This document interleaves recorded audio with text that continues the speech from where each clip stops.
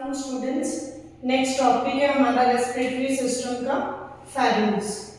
Pharynx क्या होता है? बोथ रेस्पिरेटरी ऑर्गन भी होता है और डाइजेस्टिव ऑर्गन भी होता है। सेकंड, इसी को हम थ्रोट भी बोलते हैं। ये 12 से 14 सेंटीमीटर लॉन्ग होता है।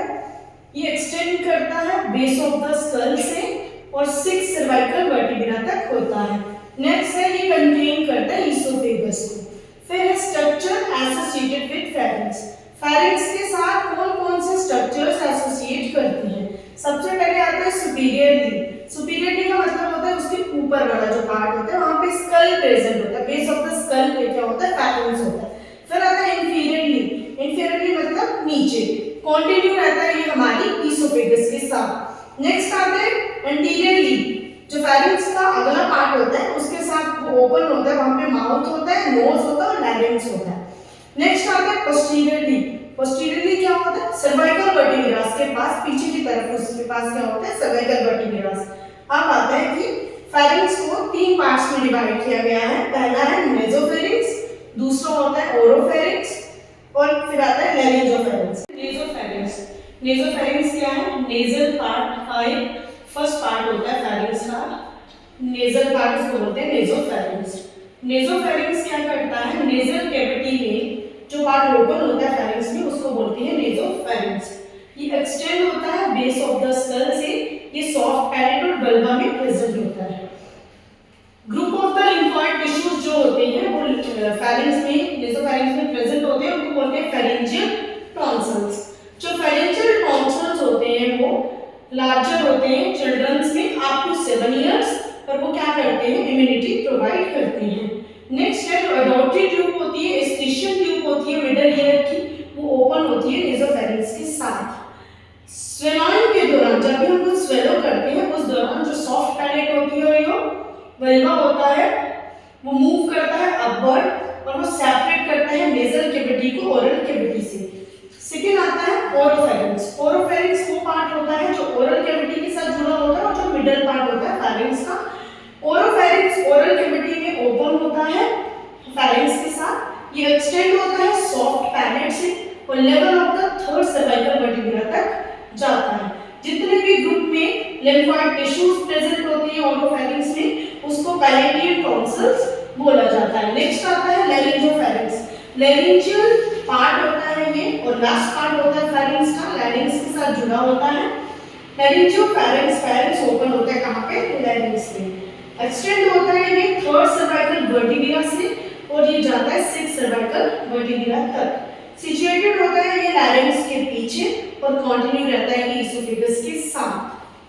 नेक्स्ट है स्ट्रक्चर ऑफ फेरिंग्स। जो फेरिंग्स की वॉल्स होती है उसमें 3 लेयर्स होती है। फर्स्ट का नाम होता है म्यूकस मेम्ब्रेन लाइनिंग, सब म्यूकोसा और स्मूथ मसल लेयर। सबसे पहले म्यूकस मेम्ब्रेन लाइनिंग, ये फेरिंग्स की इनर मोस्ट लेयर होती है। नेसोफेरिंग्स के साथ जो एपिथेलियम जुड़ा होता है उसका नाम होता है सिलिएटेड कॉलमनर एपिथेलियम। ओरोफेरिंग्स और लैरिंजोफेरिंग्स के साथ जो लाइन अप करता है एपिथेलियम उसका नाम होता है stratified squamous epithelium. Second layer का नाम आता है सेकंड वॉल का submucosa. Submucosa mucus membrane lining के नीचे प्रेजेंट होती है। ये कंटेन करती है म्यूकोसा को लिम्फोइड टिश्यू से और इन्फेक्शन के प्रति हमें प्रोटेक्शन प्रोवाइड करती है। म्यूकोसा एसोसिएट करता है लिम्फोइड टिश्यू के साथ। नेक्स्ट आता है smooth muscle layer. Third layer होती है और लास्ट लेयर होती है स्मूथ मसल लेयर। ये आउटर मोस्ट लेयर होती है, इसमें जो भी मसल्स होते हैं वो इनवॉलेंटरी कंस्ट्रिक्ट होते रहते हैं। इस लेयर के जो मसल्स होते हैं वो स्वेलोइंग, जो भी स्वेलो करते हैं उसके मैकेनिज्म में हेल्प करते हैं। ये फेरिंग्स को ऑलवेज ओपन करती है और ये ब्रीदिंग में कभी भी डिस्टर्बेंस नहीं करती है।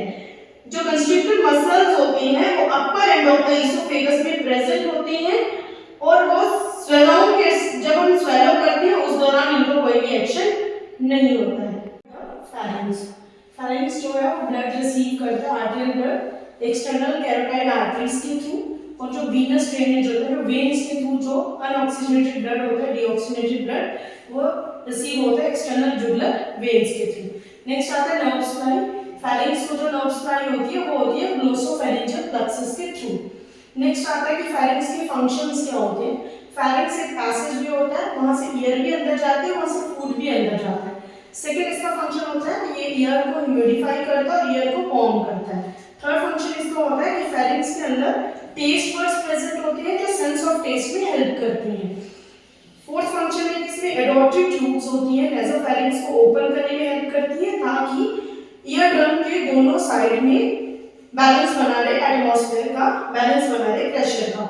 नेक्स्ट आता है टॉन्सिल्स लोकेटेड होते हैं फेरिंक्स की वॉल्स में, माइक्रो ऑर्गेनिजम्स को डिस्ट्रॉय कर देते हैं, रेस्पिरेटरी ट्रैक्ट में एंटर होने नहीं देते। Please subscribe my channel and like and share.